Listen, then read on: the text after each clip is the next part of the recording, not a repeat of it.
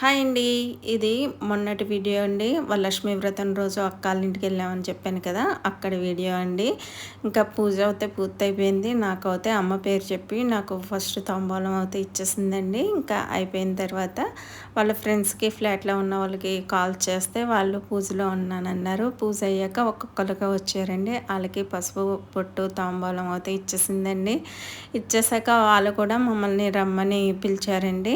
ఇంకా నేనైతే కొంచెం మొహమాట పడ్డాను గానీ, తర్వాత కుదరదు రావాల్సిందే ముత్తైదు ఎవరైనా సరే రావాలని అన్నారు. ఇంక పిలిచాక ఎళ్ళను అనకూడదంటండి తాంబూలానికి. పిలవని పేరంటానికి అసలు ఎళ్ళకూడదు. పిలిచిన తర్వాత అసలు మానకూడదని మన పెద్దవాళ్ళు చెప్తారు కదా! సరే అని తాంబూలాలకైతే ఎళ్ళాను. చాలా అప్పటిదాకా అక్కకి ఫ్రెండ్స్. నాకు పెద్దగా నేను ఎళ్ళను కాబట్టి నాకు టచ్ లేరండి. కానీ ఇప్పుడైతే వాళ్ళు కూడా నాకు మంచి స్నేహితులైతే అయిపోయారు.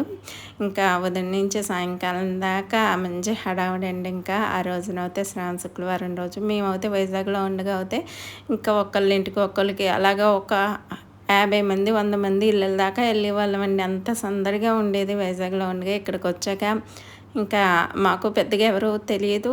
పెద్దగా ఫ్రెండ్‌షిప్ అవ్వలేదండి. ఈ సంవత్సరమే ఇంకా అక్కాళ్ళొచ్చాక కొంచెం ఇప్పుడిప్పుడే నాకు అలవాటు పడుతున్నారు అందరూని.